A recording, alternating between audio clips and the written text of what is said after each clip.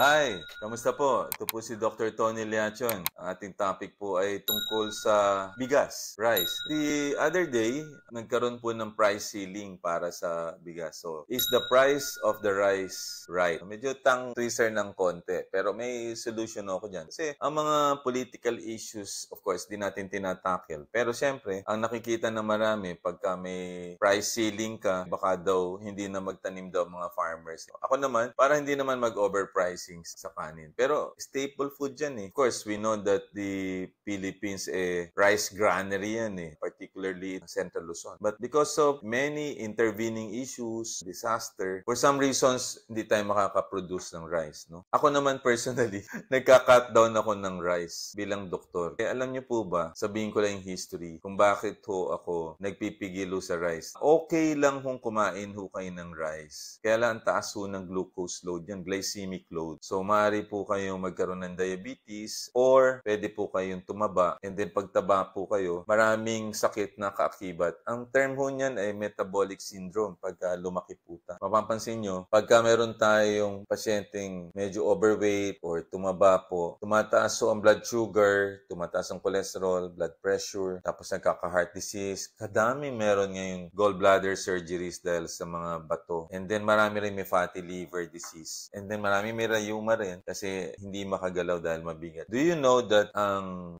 overweight and obesity rate natin ay 3 to 4 out of 10 Filipinos? Matindi po. And out of the 100 million to 110, close to 30 million. To be exact, it's 28 million ang overweight and at saka po may obesity. At marami na pong association ngayon sa diabetes, sa Philippine Heart, and then of course itong Philippine Association for the Control of Obesity. Marami na pong ganyan. Ako, in my private practice, tinitingnan ko po yun. Now, kung titingnan nyo yung diet natin, nag-iba. Wala akong fast food ngayon na wala kang kanin. Minsan nagdo-double eh. But do you know that the calories ho natin a day for a male individual ay dapat 2,000 calories. For female, 1,500 calories. Ngayon, kaya tayo nag-gain ng weight kasi umaabot sa 3,000 calories. When you generate 3,500 calories, you gain 1 pound. Kaya makikita nyo ngayon, madami pong less than 40 na mabibigat. And then, meron na silang lifestyle diseases. Now, kailangan malaman nyo yung food plate that yung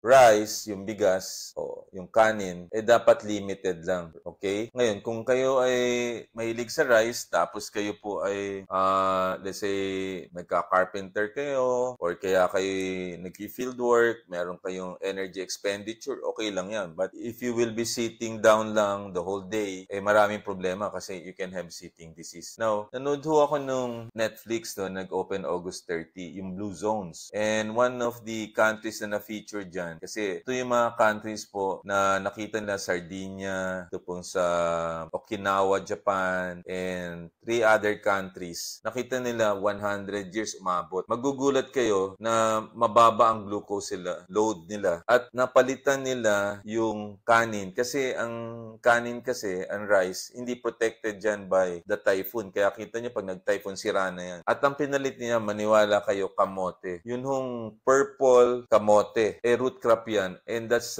typhoon proof. At root crop ho yan. At ang baba ho ng sugar content yan. At nakita nila na hindi matataba ang mga tao doon. At lakad sila ng lakad. Kumpara, let's say, sa urban areas. Let's say, sa National Capital Region or any urban areas right now, puro tayo computer, pupuya tayo, hindi tayo naglalakad, hindi natin nabe-burn, lalo na kung meron tayong rice. So, ang solusyon natin ho sa shortage ng rice ay humanap ho tayo ng ibang sources niyan. One, yun yung kamote. The other one, green revolution. When I was in high school, I remember, nagtatanim ho kami ng gulay. Para sa ganun, mabusog din tayo, pero hindi ho dapat tumaba tayo dahil sa pagkain ho na maraming kanin. Yan ho nagiging problema natin ngayon. And we must actually have right now alternative or other options kasi pagka hindi natin nagawa yan, magkakasakit din tayo, magkakadiabetes tayo, and then baka madialysis pa, ang laking problema niyan. So sa akin, education is important. We need calorie counter. Kailangan mailagay natin ang calories natin sa mga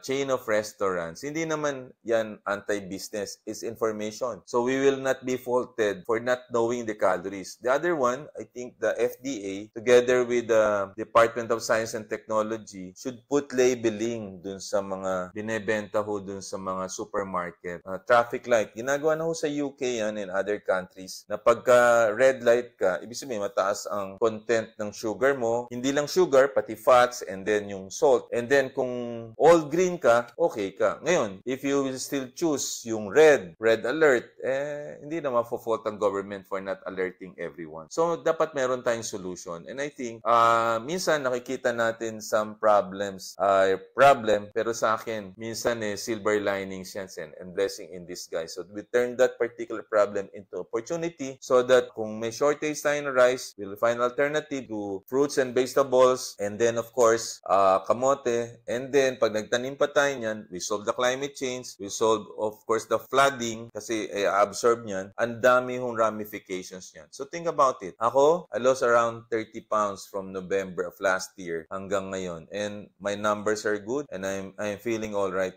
now. Kasi nga, minomonitor ko yung calories ko, particularly my glycemic load, particularly related sa kanin. So yun lang ho.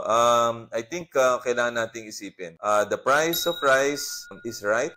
Maybe. Pero sa akin ho, I think kailangan nating gamitin ho ito. We need to understand the calories. We need to understand the sugar content. And then, kumain lang tayo kung ano yung dapat ho sa atin. Again, an ounce of prevention is better than a pound of cure. And health is wealth. And thank you very much for listening and watching. And if you have questions, write it down and then we will revert back to you. So thank you for supporting my social media accounts. This is Dr. Tony Liacho.